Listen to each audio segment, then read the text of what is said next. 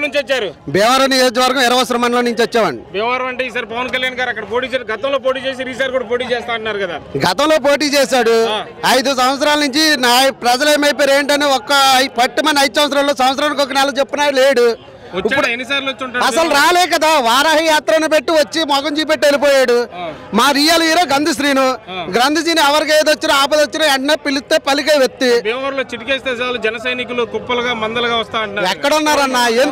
ఎందుకు ఖాళీ మాటలు అయ్యి కుప్పలుగా మందలుగా ఉంటే నాయకుడు అయ్యిండు. 170 సీట్లు 170 పోటీ చేయాలి కదా. పొత్తెందుకు పెట్టుకున్నాడు? ఇవాళ కుప్పల కింద జనం ఉన్నప్పుడు పొత్తెందుకు పెట్టుకోవాలి?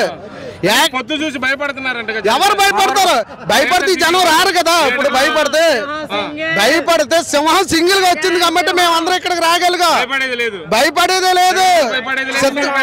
మేము సిద్ధంగా ఉన్నాం. మేము సిద్ధం. వాళ్ళు మమ్మల్ని చూసి కాపీ కొట్టి మేము సిద్ధమన్నారు. మేము సిద్ధమని పెట్టాం. వాళ్ళు మమ్మల్ని కాపీ చేసి మేము సిద్ధమన్నాడు కదా. పవన్ కళ్యాణ్ సిద్ధమైనప్పుడు 175 సీట్లకు 175 పోటీ చేయమనండి. పొత్తు పెట్టుకోవద్దు. మా భీమవరం నియోజకవర్గంలో పోటీ చేస్తే అసెంబ్లీ గేటు తాకడం కూడా మేము ఆపుదాం. పవన్ కళ్యాణ్ ఆపుదాం. మేము అసెంబ్లీ గేటు తాకడం పవన్ కళ్యాణ్. కుప్పంలో చంద్రబాబు నాయుడు ఓడిస్తాం. మంగళగిరిలో లోకేష్ ఓడిస్తాం. 3 టార్గెట్ పెట్టుకున్నాం. మేము 3 చోట్ల 3 కంపల్సరీ ఓడిస్తాం. అసలు పులివెందులో జగన్ ఓడిస్తాం అంటున్నారు. పులివెందులో పొట్టిన పిండి మాకు జీవితంలో పులివెందులో ఏ నాయకుడైనా సరే రాజశేఖర రెడ్డి అవని రాజశేఖర రెడ్డి గారి ముందు నుంచి వాళ్ళ ఫ్యామిలీని తప్ప ఏరో అక్కడ గెలిచిన వాడే లేడు. నెక్స్ట్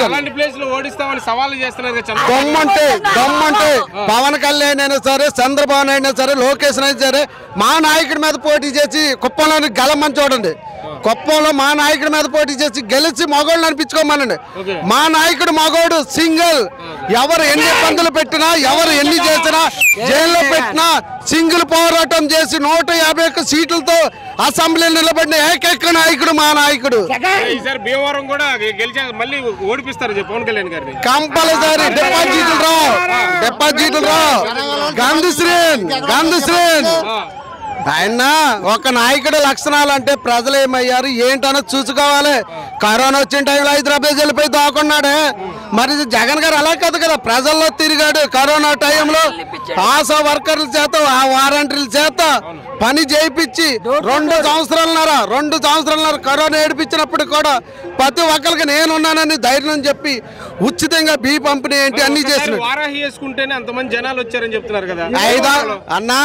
500 రూపాయలు ఇచ్చి తీసుకొస్తే వస్తారు. ఇక్కడ ఏ నాయకుడైనా డబ్బు ఇవ్వకుండా అభిమానంతో వచ్చిన వాళ్ళు మేమందరం. అభిమానం మాది అభిమానం. అలాగే ఇదే సభ పెట్టమానండి, ఇప్పుడు పెట్టమానండి. ఎవరు వస్తారు చూద్దాం. పక్కన వాళ్ళు అక్కడ పెట్టండి, మేము ఎక్కడ పెడతాం. వాళ్ళు జన్మన్నారు, మా జన్మన్నారు తెలుస్తుంది. సిద్ధం. మేము సిద్ధంగా ఉన్నాం. మా భీమవరం మా గంధశ్రీని గారిని మళ్ళీ ఎమ్మెల్యే చేపిస్తాం, మంత్రి పదవి ఇప్పిస్తాం. మా గంధశ్రీని గారికి మేము సిద్ధం.